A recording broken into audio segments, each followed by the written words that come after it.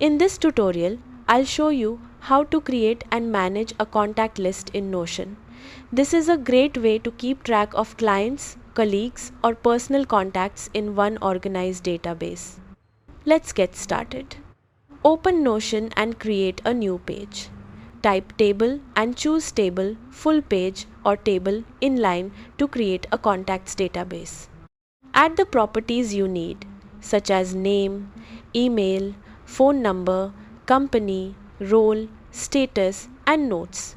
You can add or remove properties at any time to match your workflow. Start adding your contacts by creating a new row for each person and filling in their details.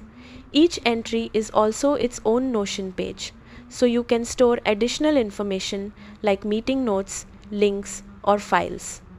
To make your contact list easier to manage, create filtered views or sort your database by company, status, or last contact date. You can also switch between table, list, board, or gallery views depending on how you prefer to work.